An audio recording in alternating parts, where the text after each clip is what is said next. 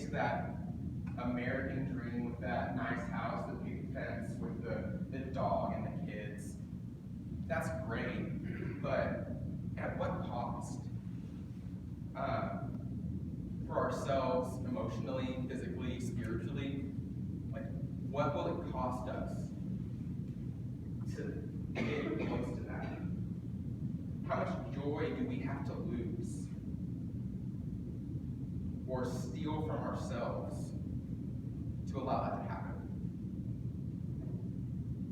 So, by getting caught up in coveting, even if we don't even realize that we're doing it, because it can often be a passing thought or something subconscious.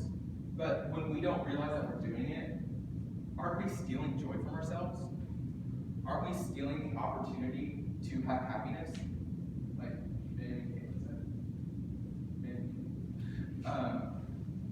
isn't that what's happening there? But even more than that, we aren't just stealing joy from ourselves by doing that. We're stealing joy from the people we're coveting and everyone else around us too.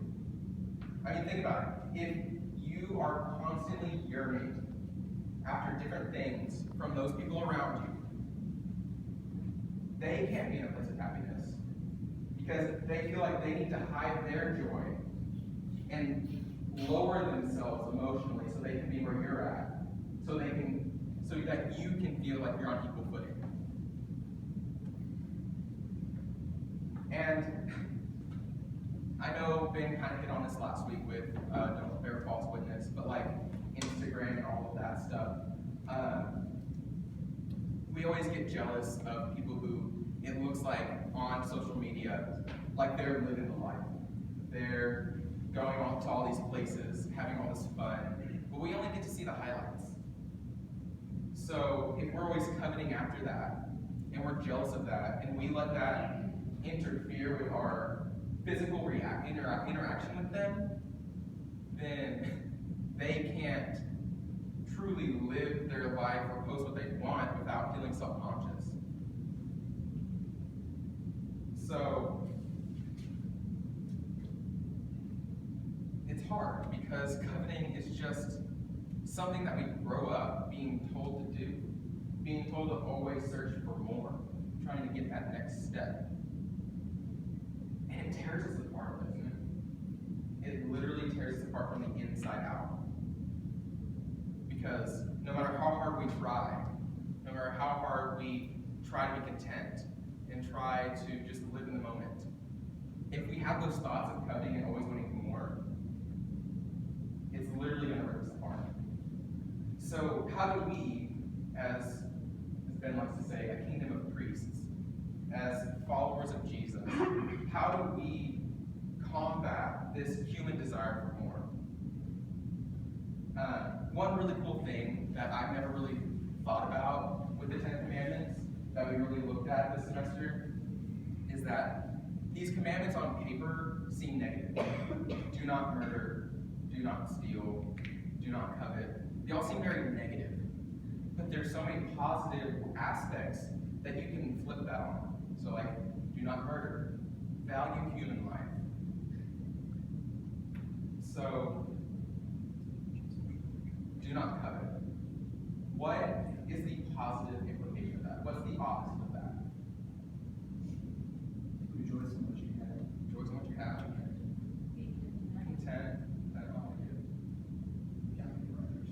Happy for others. Anything else? Okay. Well, all of those are really good and really true.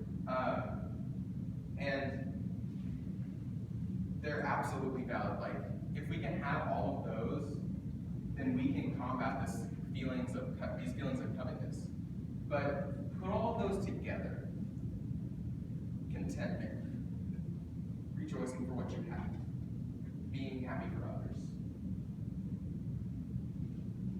That's generosity. So be generous to those around you, because like on Instagram or in your daily interactions with them, you only get to see the highlights. You only get to see the good stuff.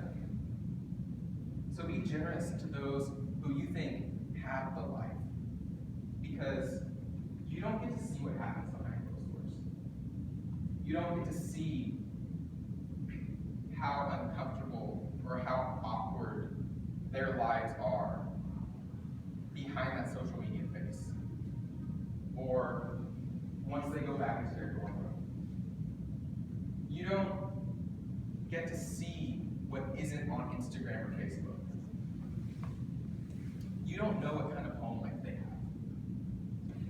You don't know what their upbringing was. You don't know where they come from. They might try to hide that, and you might not even know. You might never know. So be generous to those around you. Be willing to accept where you are and enjoy this community, both here and on campus, all of your friendships. Enjoy that community without worrying about worldly things, without worrying about the clothes you wear, or what's in style, or I don't know why I said that like that. I just wanted to emphasize that. Or worrying about where you live, or how you live, or what you eat or drink. Don't worry about it. Because I guarantee you, for each one of you, there is someone in your life that you met, whether it be in this room, on this campus, or someone you met one time and don't even remember their name, and if they stood right in front of you, you would not know them from Adam. There is someone in your life right now who is coveting where you're at just as much as you might be coveting someone else. So be generous. And I keep saying this word generosity, but how do we do that? How do we find peace within ourselves to be generous?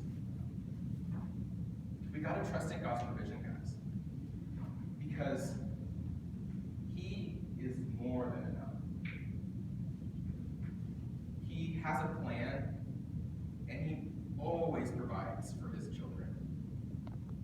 You might think that He's not providing for you, that He's distant, that He doesn't love you. I know those thoughts come through my mind sometimes. But He is there, and He's working at His pace to give you everything that you need.